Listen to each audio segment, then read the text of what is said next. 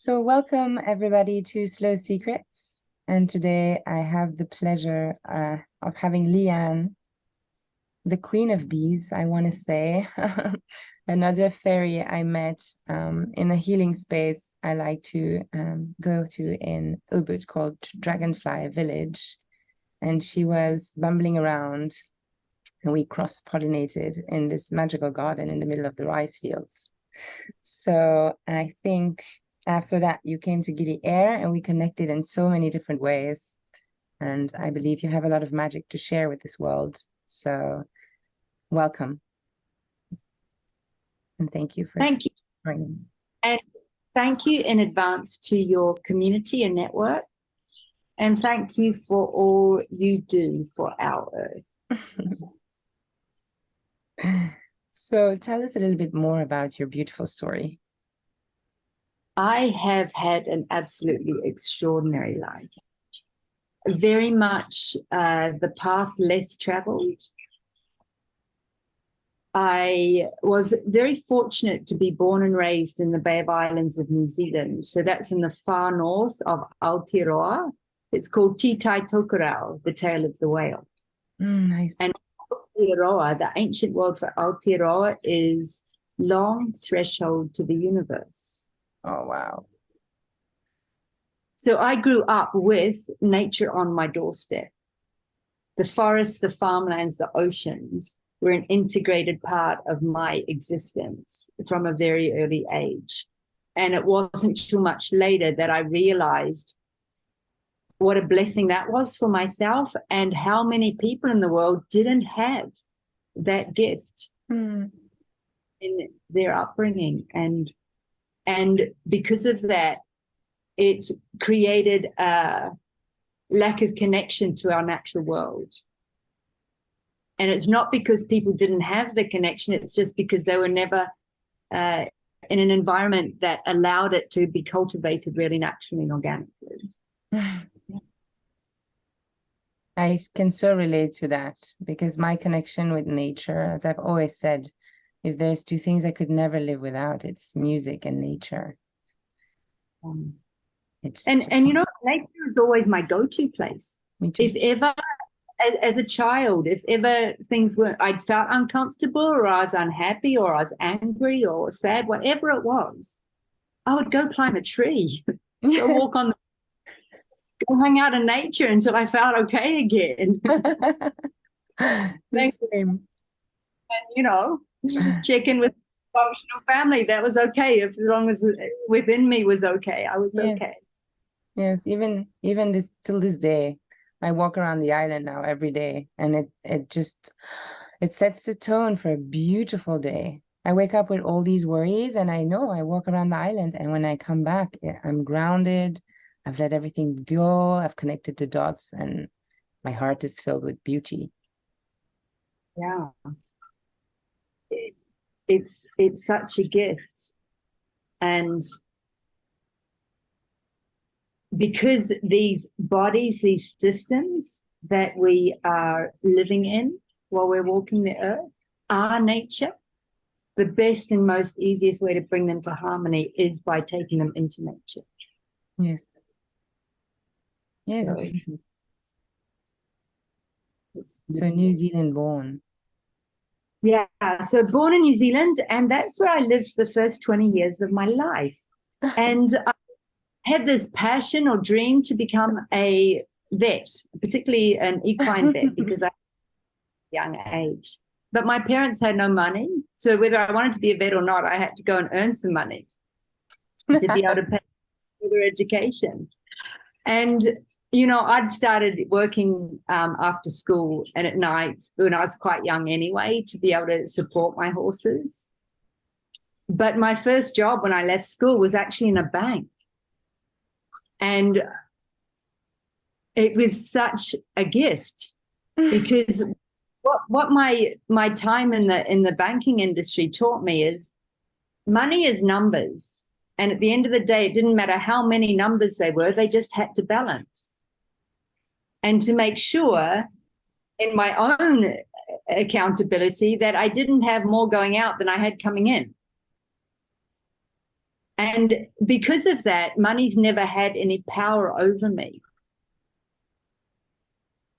You know, I knew from a young age anyway that it wasn't money that made the world go round. It was actually relationships that made the world go round. So to have that in a balanced, harmonized, and integrated way in my system was great. And then it was okay while I'd gone through and learnt different areas of the banking. We have a bump. So good.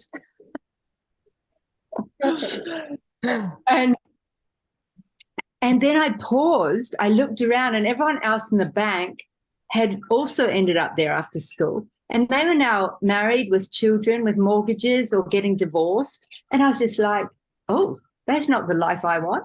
No. I'm out of it. Yes. And it was that quickly the decision. It's like, this is not my world. This is not my reality. It's not what I'm here for. So I left. Yeah. And my mother had inspired me to get into, to fly, to travel. So I'd applied for hostessing, nursing to get into air hostessing. Glad I never went that path. And into IATA, travel and tourism course, the first in New Zealand. And I ended up studying and doing tertiary education for a period of time, which was great. And then I entered into city life, working in a travel agency. Nice. Their dreams and relying on other people to fulfill them. Oof. Which was really interesting because I wanted to travel. But then the travel that we were invited to participate in was like, you know, drinking champagne, eating caviar, Hyatt, Sheraton, Hilton, artificial from the background I'd come from.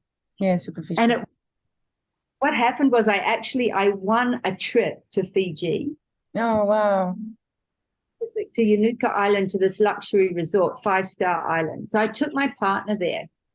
And in the week we were there, we actually spent more time when we weren't in the ocean is in the village drinking kava and playing volleyball with the local community. Yes. And this is why I went back and resigned from my travel job as well and booked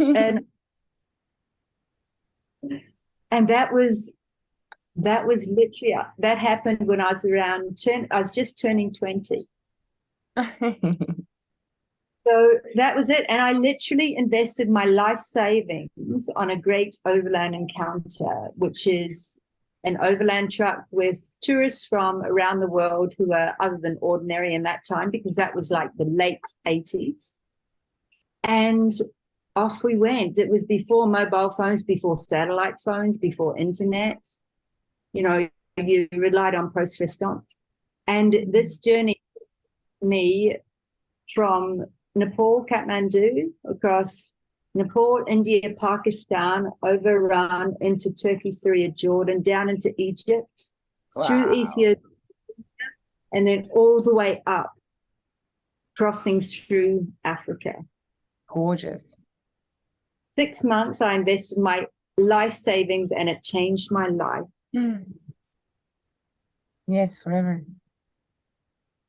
Forever. It's so funny because everything you say resonates, like, but it's also my path in a way, because I never saw money as something I was running after. I always say I create magic and it just flows back.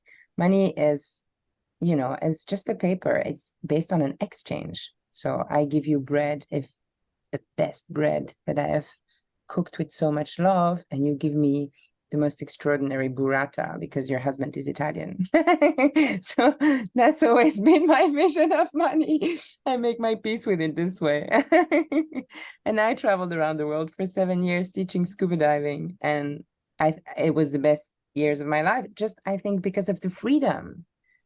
I think freedom is the most important value for me, and I was completely free. So it's that freedom. Yeah, and when we're not subscribed to the momentum tunnel of consensual reality, when we're not subscribing to the mainstream matrix, we're actually free to make art of life, to come and play heaven on earth, to explore this playground as be explored and engaged with. Oh, such gorgeous words to finish this first episode together. So we're going to do a series together. So please stay tuned and follow our next episodes. And Leanne, how can they contact you if they would like to get in contact with you? Right now, the best way to contact me is by email, earthwalk.project@gmail.com. Perfect. I will add that in the comments. Thank you so much for joining. In our next episode, we're going to talk about Bee Life Global and your work with the bees. I send you so much from the island.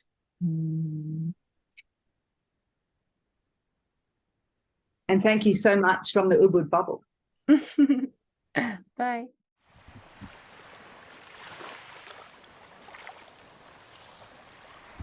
Slow Secrets.